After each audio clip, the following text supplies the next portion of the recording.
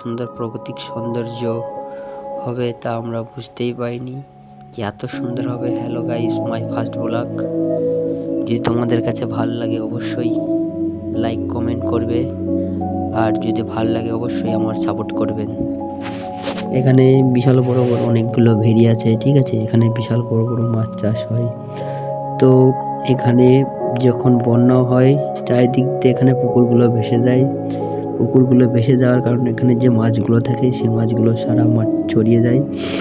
আর এদিককার ধানগুলো বিশাল সুন্দর লাগে যখন চারিদিকে জলেতে থই থই করছে। দেখুন কিরকম সুন্দর দেখা যায়, চারিদিকের গাছপালাগুলো একদম অপূর্ব সুন্দর প্রাকৃতিক সৌন্দর্যের মতো দেখা যাচ্ছে চারিদিকে। তো এখানে যদি আপনারা আসেন অবশ্যই চাপড়াই বলে সবাইকে বললে আপনাদেরকে চিনিয়ে দেবে। এই জায়গাটা বিশাল সুন্দর।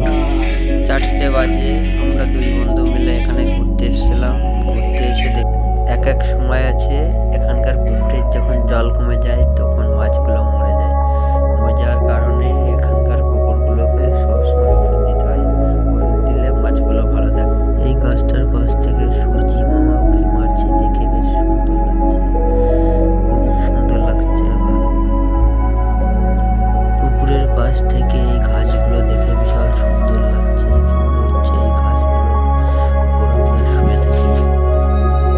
এই পুকুরের ধার দিয়ে বিশাল বড় বড় সাপ থাকে, কিন্তু এই সাপগুলো যদি একবার কামড়ে আপনাদের এই সাপের হাত থেকে বাঁচানো মুশকিল। এখানে পুকুরের পাশে যে গাছগুলো আছে সেই গাছগুলোই পাখিরা কিচিরমিচির আওয়াজ করে।